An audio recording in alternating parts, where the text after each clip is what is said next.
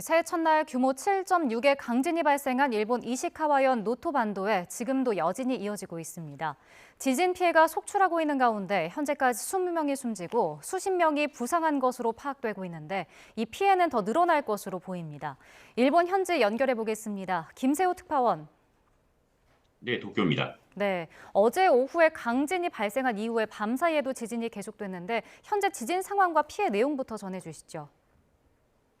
네, 규모 7.6의 강진이 발생한 일본 이시카와현 노토반도에서는 지금까지도 여진이 계속되고 있습니다. 특히 노토 지방에서는 오늘 아침 10시 20분쯤에도 규모 5.6의 지진이 발생했습니다.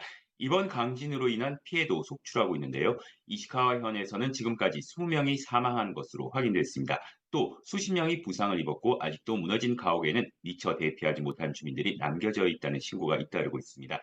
특히 진도 6의 흔들림이 관측된 이시카와현 와지마시 중심부에서는 화재가 발생해 점포와 주택 등 건물 100채 이상이 불에 탔습니다. 아직까지 피해 상황이 완전히 집계된 것이 아닌 만큼 실제 피해는 더 늘어날 수 있습니다. 이와 함께 도로가 갈라지면서 고속도로 통행에도 차질이 생기는가 하면 나가노현과 가나자와역을 잇는 구간의 신칸센 운행이 중단되는 등 열차 운행 차질도 이어지고 있습니다. 또 노토공항은 활주로 곳곳에 금이 가면서 항공편 운항도 불가능한 상태입니다. 이 밖에 이시카와현에서는 오전 8시를 기준으로 44,700가구의 전기 공급이 끊겼고 이시카와현을 비롯해 도야마현, 니가타현 일부 지역에서는 수돗물 공급이 중단됐습니다. 네, 또 대형 쓰나미 경보도 이어졌었는데 현재 쓰나미 상황은 어떻습니까?